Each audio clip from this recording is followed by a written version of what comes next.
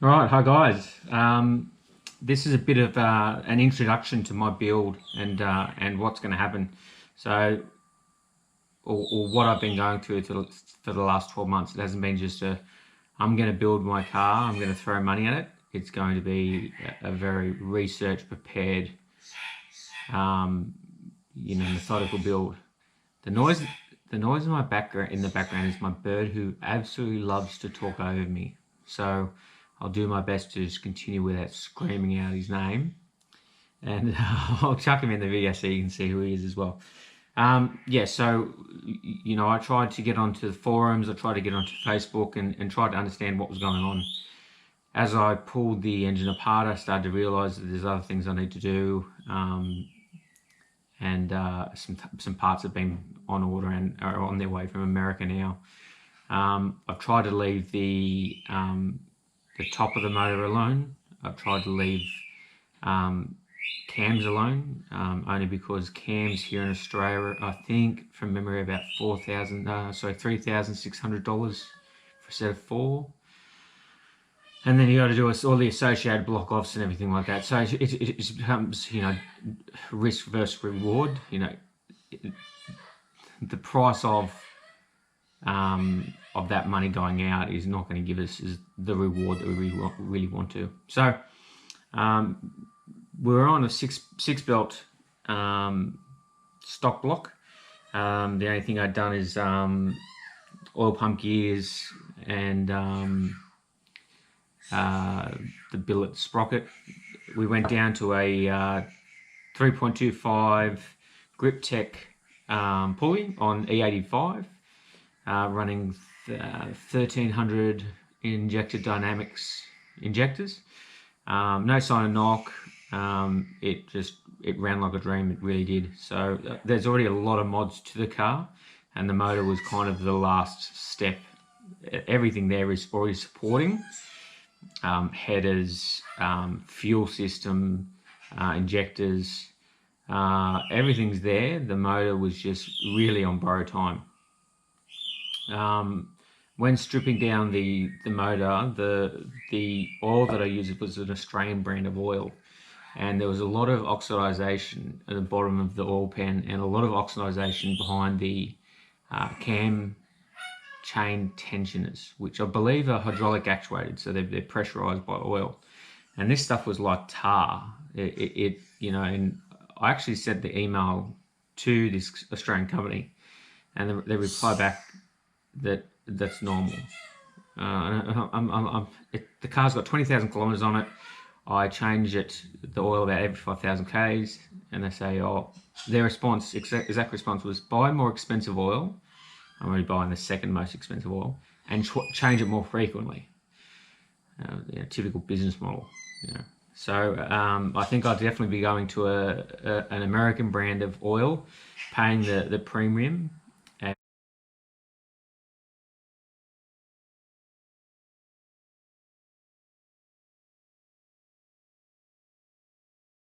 And finding something that holds up to heat. However, I bought an oil cooler, which will hopefully reduce the oil temperature and not destroy the oil as quickly, or within 5,000 k's. So to give you an idea of some of the parts that I bought, I'll just go through it slowly. So these are my old oil pump gears. I've already done a video on them. So I've bought a new set for them to go back in. I also bought a high flow oil pump. I bought the Boss timing chain tensioner kit, which I thought was a good upgrade. I bought the MMR oil block off kits.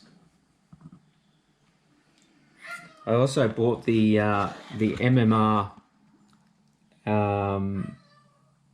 rear of the head cooling mod. So the rear cylinders, from what I read, were getting quite hot, and we're frying the rear cylinders. And so I believe that mod moves the fluid, instead of the fluid kind of getting stuck behind those cylinders and not having that, it kind of cavitates behind there. Now hopefully it will move between the rear cylinder of left bank and the rear cylinder of the right bank. So hopefully that will solve that issue and we won't get hot spots in those rear cylinders. So boost line rods, which I think are the sexiest piece of equipment that will never be seen. Bought J piston forged pistons and some billet dowels to go between the head and the engine. King racing bearings, all with permacoat on them, so they'll be nice and slippery. Big Mishimoto, I know it's upside down, I'm sorry. Mishimoto oil cooler, so it'll bring down that oil temperature hopefully, and we won't get that horrible sludge throughout the engine. All of the bolts are being replaced by ARP. One thing I noticed when I did pull apart the engine is the bolts that were in the engine were quite well put together, and that by no means that I think there was going to be a bolt giveaway, but you know, if you're in there, you might as well do the job properly. So we bought the GT 350 primary chains rather. The secondary chains are on their way, the upgraded ones. New pile bearing, nothing special there. The new 3.5 10 rib Whipple. I'll just compare that one to the old 3.5 of the 6. Sorry. So they are massively different. So there's going to be some grip there. So eventually I plan to go start with 3.5, work on how the engine knocks, if it does knock on ethanol, and how we go with the boost. The engine is being sleeved. We have MMR sleeves coming. We have a shop who's going to install them. And they're going to install them for us. We have the the Whipple Supercharger water pump billet piece, which again I just think is a beautiful piece of. I love anything that's kind of been through a mill. They're just sexy as. The ATI super dampener, and that to me is just a piece of kit. I've loosely bolted together just to keep it together. After the rebuild, I will be buying a support, an MFP support, because I did see a bit of sign of wear on the oil gears. But that is just a tank. It's a beautiful piece of build, and what I like the most. So just give me a second. Do this little stand thing so I look good. Try to look good.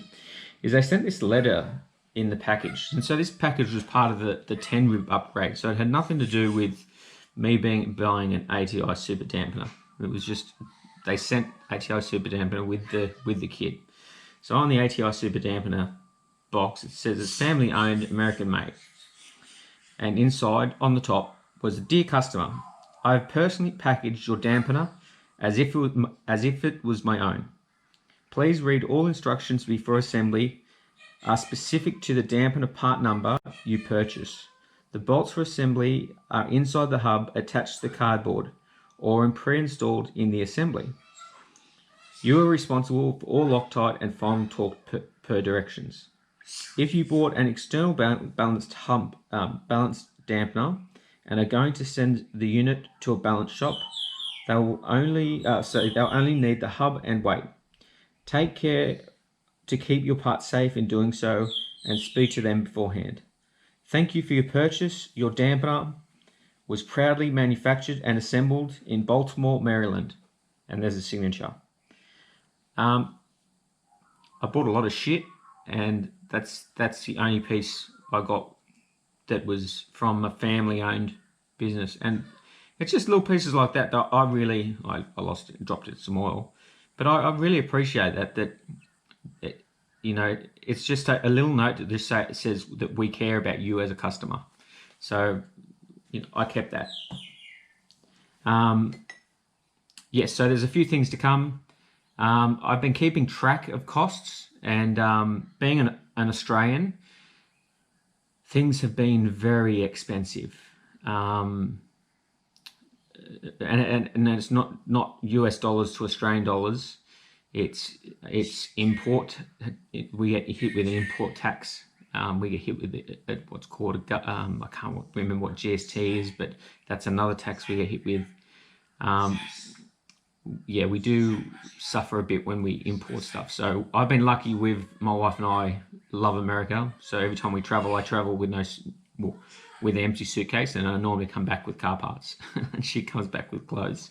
So that's the way I try to get around that. But lately with COVID, everything's had to be shipped, and I've been stung a couple of times with duty. I think with my duty, the P&R ice tank I have the back of my truck, or the back of the Mustang, they 400 plus Australian dollars on a P&R half moon tank.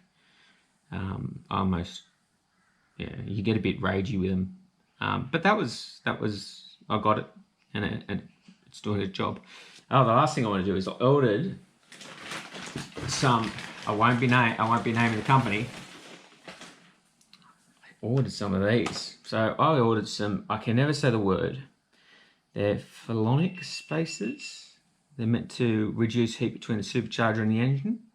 So I've seen the MFP ones. These aren't from MFP. I don't know how thick that is. I'd probably say it's 2 mil thick, 3 mil thick. So not very thick at all. I think they cost me $250, and I had to wait. They had to make them.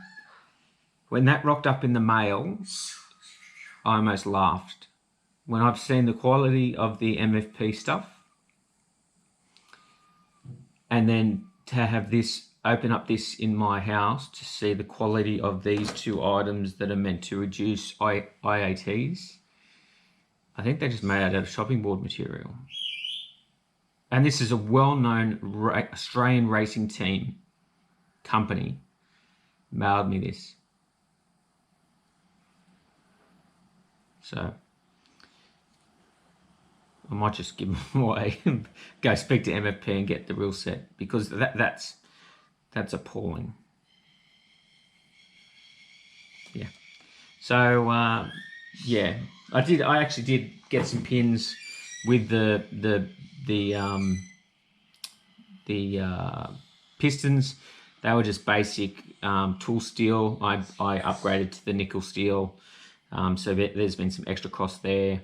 But again, I've put together a price list on just what I've done, but it's up there. So yeah, thanks for watching. My name's Matt. My handle's pills_R1. And I'll quickly get a video of Georgie, this little spastic who's been keeping noisy the whole time, and I bet you now he won't say a word. Will ya? Will you? You gonna say anything?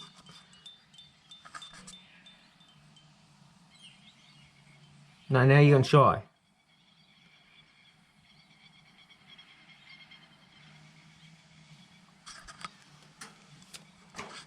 He's so good at escaping, we have to put locks on his doors because he escapes through them. That's Georgie. Georgie loves to talk over me, make burping noise, and he loves to rub one out. If you give him a sock or a can, that cage will be rocking. I'll get it on video for you one day. All right, thanks guys for watching, and I'll post this up soon.